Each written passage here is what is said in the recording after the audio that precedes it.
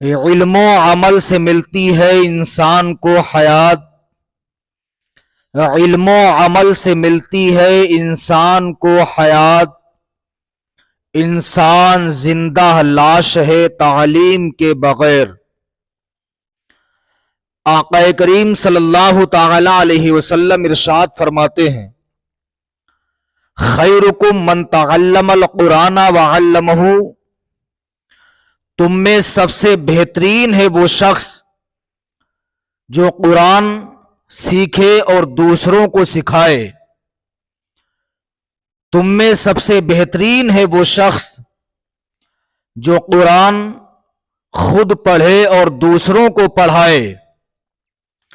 آقا کریم صلی اللہ تعالی علیہ وسلم نے علم دین پر بہت زور دیا ہے، لیکن آج کل کا جو نوجوان طبقہ ہے یہ موبائل میں فلمیں، ڈرامے، سیریل دیکھ کر کے اتنا بگڑ چکا ہے۔ آج کے ہمارے اس نوجوان کو یہ نہیں معلوم ہے غسل میں کتنے فرض ہیں، کتنی سنتیں ہیں۔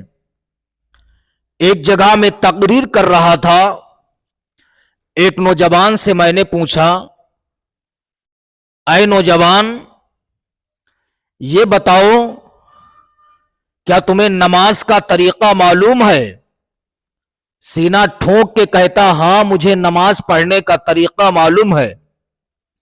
میں نے کہا غسل کرنے کا؟ بولا ہاں غسل کرنے کا بھی طریقہ۔ میں نے کہا یہ بتاؤ غسل میں کتنے فرض ہیں؟ نوجوان بولا مولانا صاحب 3 فرض ہیں۔ میں نے سوچا ہو سکتا اسے معلوم ہو۔ جب میں نے اس سے کہا بتاؤ 3 فرض ہیں غسل میں کون کون سے ہیں؟ وہ نوجوان کہتا مولانا صاحب پہلا غسل ہے لوٹا، دوسرا غسل ہے تولیہ، تیسرا غسل ہے صابن۔ اب بتائیے نوجوانوں کے یہ حالات ہیں، یہ معلوم 3 فرض ہیں لیکن پہلا فرض بتایا لوٹا، دوسرا صابن، تیسرا تولیہ۔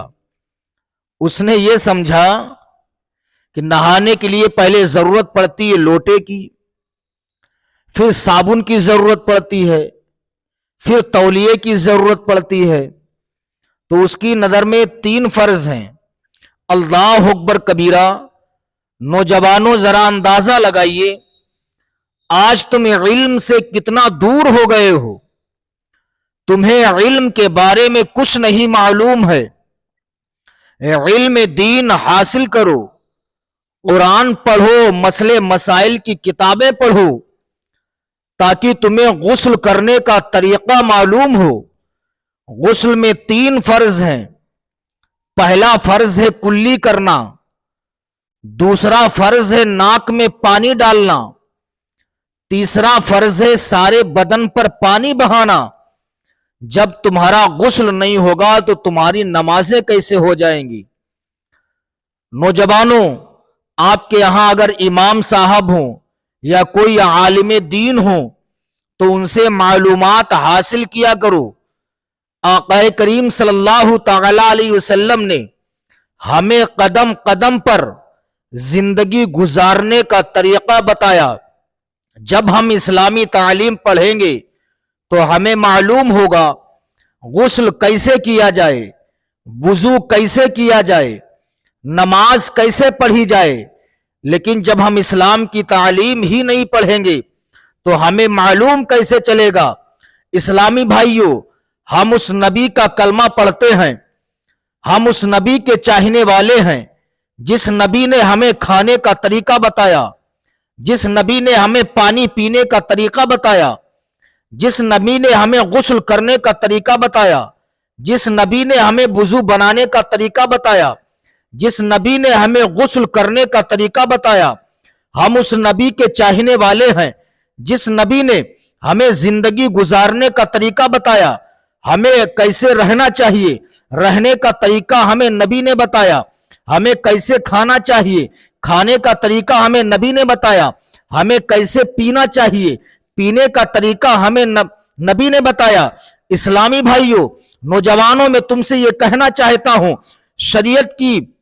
شریعت پر اس طریقے سے عمل پیرا ہو جاؤ، رسول اللہ صلی اللہ علیہ وسلم کی سنتوں پر اس طریقے سے عمل کرتے رہو کہ ہمارا چلنا نبی کی سنت کے مطابق ہو، ہمارا کھانا نبی کی سنت کے مطابق ہو، ہمارا غسل کرنا نبی کی سنت کے مطابق ہو، ہمارا لیٹنا نبی کی سنت کے مطابق ہو، ہمارا اٹھنا بیٹھنا نبی کی سنت کے مطابق ہو۔ اسلامی بھائیوں، جب ہم راستے سے چلے تو ہمارے چلنے کی ادا بولے نبی نبی، جب ہم کھانا کھائیں کھانے کی ادا بولے نبی نبی، جب ہم پانی پیئیں تو پینے کا انداز بولے نبی نبی، جب ہم لیٹنے کا انداز بولے نبی نبی، جب ہم پیئیں تو پینے کا انداز بولے نبی نبی، جب ہم راستے سے نکل کر کے رسول اللہ کی سنتوں پر عمل کرتے ہوئے جب ہم راستے سے نکلیں گے، دیکھنے والے کہیں گے جب رسول اللہ کا غلام اتنا اچھا ہے تو سارے نبیوں کا امام کتنا اچھا ہوگا۔ نوجوانوں، آقا کریم صلی اللہ علیہ وسلم کے صحابہ کی زندگی دیکھو۔ حضرت ابوبکر صدیق رضی اللہ تعالیٰ عنہ جو ہمہ وقت آقا کریم صلی اللہ علیہ وسلم کے ساتھ رہا کرتے تھے، سفر میں نبی کے ساتھ، حجر میں نبی کے ساتھ، گھر میں نبی کے ساتھ، جہاں بھی میرے سرکار جاتے تھے حضرت ابوبکر صدیق رضی اللہ تعالیٰ عنہ میرے سرکار کے ساتھ جایا کرتے تھے۔ شان دیکھیے حضرت ابوبکر صدیق رضی اللہ تعالیٰ عنہ کی، صحابہ کی زندگی سے درس حاصل کیجئے۔ حضرت ابوبکر صدیق رضی اللہ تعالیٰ عنہ میرے سرکار سے کتنی محبت کرتے تھے۔ ایک مرتبہ میرے سرکار صلی اللہ علیہ وسلم ابوبکر صدیق کے ساتھ پہاڑیوں کے علاقے میں سفر کر رہے، دشمن آپ کا تعاقب کر رہے، دشمن پیچھا کر رہے ہیں۔ حضرت ابوبکر صدیق رضی اللہ تعالیٰ عنہ ایک پہاڑ کے قریب گئے، جانے کے بعد کیا دیکھتے ہیں؟ غار ہے۔ ابوبکر صدیق عرض کرتے ہیں یا رسول اللہ، دشمن ہمارا تعاقب کر رہے، دشمن ہمارا پیچھا کر رہے ہیں، یا رسول اللہ آپ رک جائیے، ہم اس غار کو صاف کیے دے رہے ہیں جس کو غار ثور کہا جاتا ہے۔ ابوبکر صدیق اس غار کے اندر گئے، جانے کے بعد غار کو صاف کیا۔ غار کے اندر جتنے بھی سوراخ تھے سارے سوراخوں میں اپنا کرتا شریف پھاڑ پھاڑ کے رکھ دیا تاکہ کوئی بھی کیڑا، کوئی بھی موذی جانور نکل کر کے میرے سرکار کو تکلیف نہ پہنچا سکے۔ ابوبکر صدیق نے جب اس غار کو صاف کیا، صاف کرنے کے بعد کہتے ہیں یا رسول اللہ اب آپ آ جائیے، میں نے غار کو اچھی طریقے سے صاف کر دیا ہے، لیکن اس غار کے اندر ایک سانپ تھا جو 1000 سال سے آقا کریم صلی اللہ علیہ وسلم کی آمد کا انتظار کر رہا تھا کہ کب اللہ کے آخری محبوب اس غار میں آئیں، ہم اپنی نظروں سے ان کے چہرے کا دیدار فرمائیں۔ آقا کریم صلی اللہ علیہ وسلم اسی غار میں گئے، جانے کے بعد ابوبکر صدیق کی جھولی میں آقا کریم صلی اللہ علیہ وسلم محو استراحت ہو گئے۔ قربان جائیے ابوبکر صدیق کی عظمت و شان پر کہ سر نبی کا ہے، جھولی ابوبکر صدیق کی ہے۔ آقا کریم صلی اللہ علیہ وسلم آرام کرنے لگے۔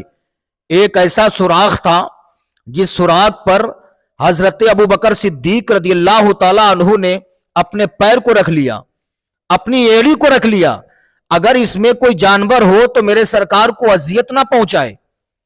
ابوبکر صدیق نے اپنی ایڑی کو اس سوراخ پہ رکھا، اس سوراخ میں ایک سانپ تھا، اس سانپ نے ابوبکر صدیق کے ڈنک مارنا شروع کیا، کاٹنا شروع کیا۔ ابوبکر صدیق رضی اللہ تعالیٰ عنہ کو سانپ کاٹے جا رہا ہے، لیکن واہرے عاشق ہو تو ایسا، دیوانہ ہو تو ایسا، مستانہ ہو تو ایسا، فرزانہ ہو تو ایسا کہ سانپ کاٹ رہا ہے لیکن اپنی ایڑی کو ابوبکر صدیق ہٹا نہیں رہے ہیں۔ سانپ کاٹ رہا ہے، ابوبکر صدیق اپنی ایڑی کو ہٹا نہیں رہے ہیں۔ اللہ اکبر کبیرہ۔ جب کئی مرتبہ سانپ نے کاٹا، حضرت ابوبکر صدیق رضی اللہ تعالی عنہ کے آنکھوں سے اشک نکلے، آنکھوں سے آنسو نکلے، آقا کریم صلی اللہ علیہ وسلم کے مقدس رخسار پر گرتے ہیں، سرکار کے چہرے پر گرے۔